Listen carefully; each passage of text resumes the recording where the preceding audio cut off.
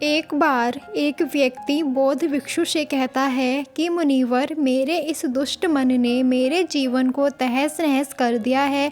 मैं न चाहते हुए भी ऐसी आदतें अपना चुका हूँ जो मेरे मन में दुख भर रही हैं। मैं क्या करूँ?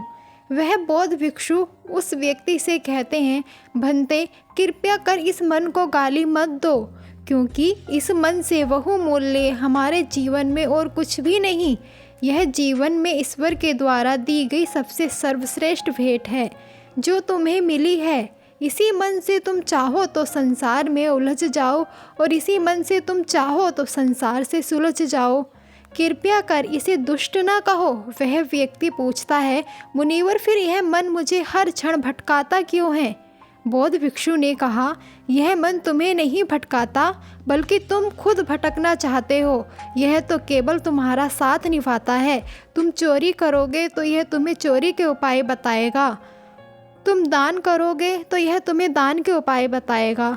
तुम जो भी करोगे यह तुम्हारी उसमें सहायता करेगा, क्योंकि यह मन तुम्हारा गुलाम है। वह व्यक्ति पूछता है, फिर यह मन मुझे वैश्य की तरफ क्यों खींचता है? क्यों यह मुझे नशे की तरफ खींचता है? बौद्ध भिक्षु ने कहा, क्योंकि तुमने अपने आप को इससे अलग कर लिया है। तुम मान चुके हो कि इन सब में तुम्हारा कोई दोष नहीं है, गलती सारी मन की है, और जब गलती किसी और की हो तो तुम उसमें कर भी क्या सकते हो, क्योंकि तुम्हें लगता है कि करवाने वाला कोई और है। इसलिए तुम हर वह काम करते हो जो बाद में तुम्हें दुख देता है। तुम्हें यह समझना चाहिए कि मन तुम्हें कहीं नहीं ले जाता, बल्कि तुम खुद इसे हर जगह ले जाते हो। यह मन तुम्हारी परछाई के जैसा है। तुम जहाँ जाते हो यह तुम्हारे साथ जाता है। क्या किसी की परछाई उसे कहीं ले जा सकती है? नहीं ना।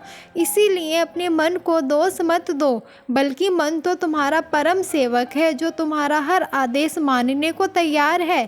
तुम क्रोध करते हो तो मन क्रोध करता है। तुम घृणा करते हो तो मन घृणा करता है। तुम प्रेम करते हो तो मन प्रेम करता है। तुम दया करते हो तो मन दया करता है।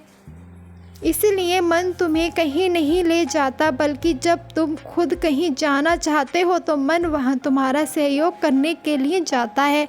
मन स्वतः से कुछ कर ही नहीं सकता। वह व्यक्ति पूछता है, क्षमा करें मुनिवर, परंतु मैं कोई बुरा कृत्य करना क्यों चाहूँगा?